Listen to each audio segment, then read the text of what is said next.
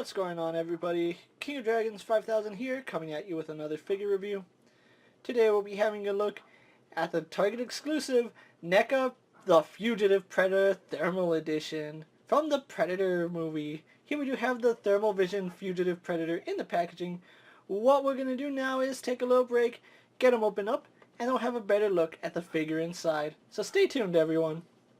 And so here we have the Thermal Vision Fugitive Predator posing out of the packaging. Before we have a look at the figure, let's run down his accessories really fast.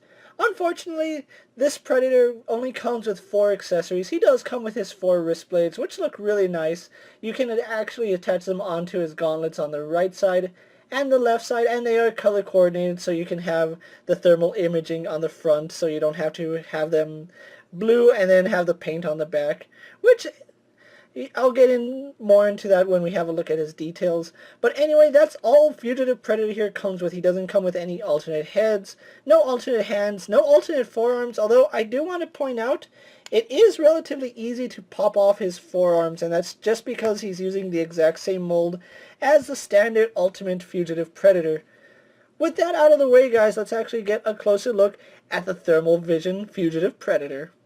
And so here we have a closer look at the Thermal Vision Fugitive Predator. Now, I do have to point out that he is using the exact same sculpt as the Ultimate Fugitive Predator. The only difference is he's actually cast in all blue translucent plastic. Now, I don't know if you can tell that just by his plasma caster right here, which is done in just this blue plastic. He's painted exceptionally well. Now, the original Fugitive Predator does have really good colors. Now, I'm not knocking anything against that figure. Aesthetically speaking, though, I believe this version is a much nicer figure to look at. Now, he does not at all represent what Thermal Vision would actually look like.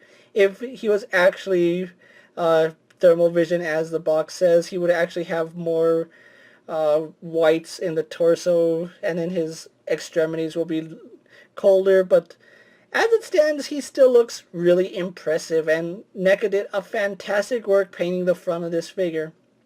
I say painting the front of this figure because he has virtually no paint on the back. He is just all blue, so if I had a blue backdrop and had him standing here, you wouldn't be able to see him. But I do appreciate the fact that NECA was able to do this and give us a surprisingly good figure to look at. If you were to just look at the Predator, you can see the reds and yellows. They look really good. The greens are done really well. And then he also does have some lighter blues, some lighter greens. Looks like a teal right there. So just an overall great job just on the paint alone. He, of course, uses the same sculpt as I already stated, but it's really harder to see his details just because he is cast in just that single color plastic, but the paint job more than makes up for it. You can see all these blues, the greens, the teals, the reds, the yellows. They all work with this figure. And there are just some spots where it just doesn't make sense. Like, for example, why would he have heat just at this point in the gauntlets? Doesn't make sense, but again, just pure aesthetics, he's a nicer figure to look at. And they even went all out painting some of his belly right here, so it does carry some of that thermal vision. And pardon the dogs barking, but overall the paint job on him is really done surprisingly well. And with a paint job like this, you would expect that there would be spots and blotches, and no, everything looks uniform like it was all intended. I think the only place that it is a mistake on mine are these yellow dots right here on the head, and maybe that yellow spot right here.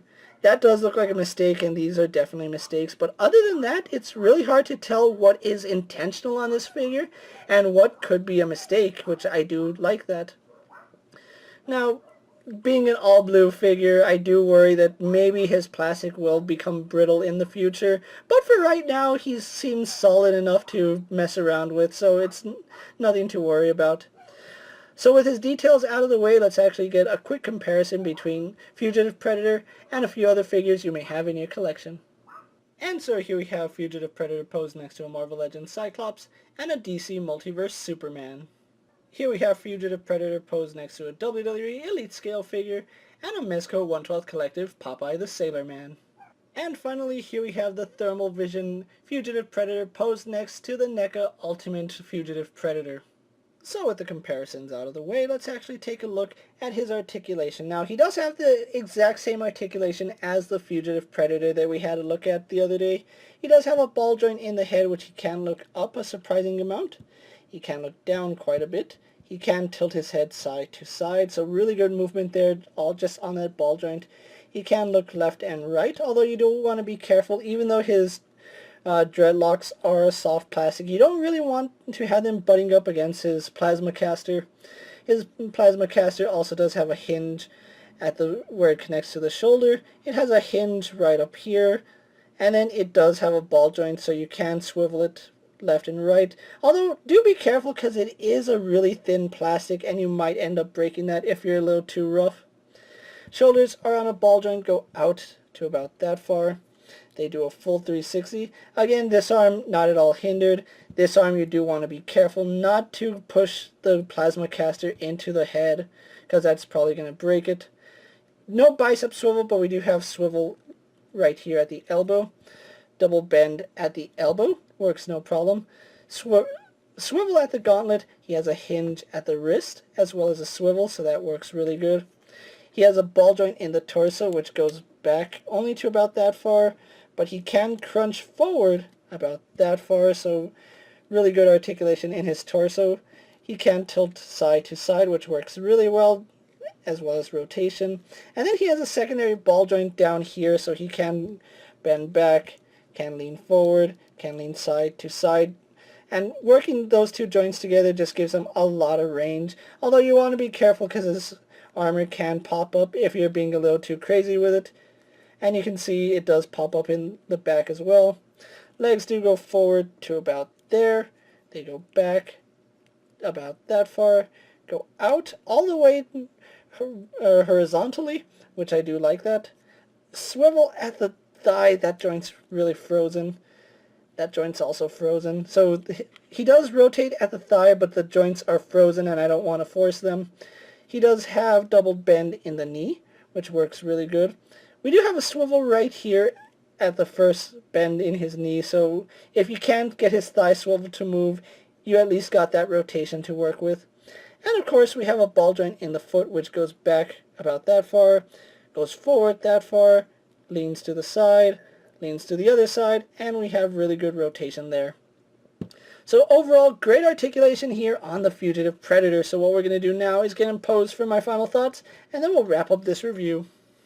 And so here we have the Target exclusive Thermal Vision Fugitive Predator posed for my final thoughts. Overall, this is a really nice figure, and aesthetically speaking, I think I like this version of the Fugitive Predator more than the Ultimate release, just because he looks so much cooler on the shelf.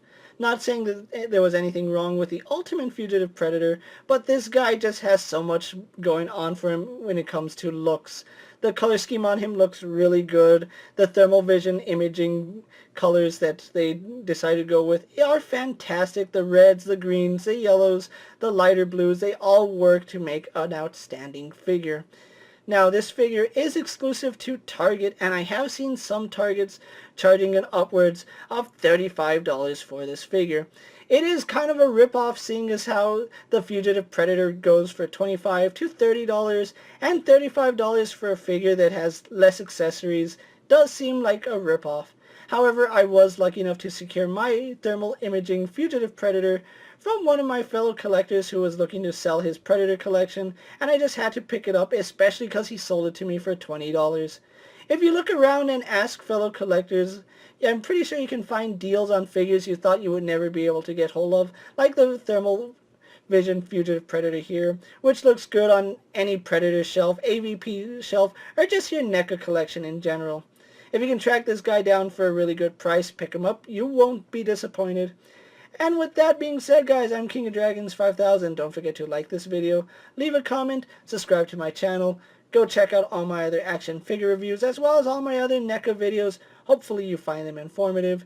As always, if there's a figure you would like to see me review, let me know down in the comments, and if it fits in my collection, I'll definitely have a look at it.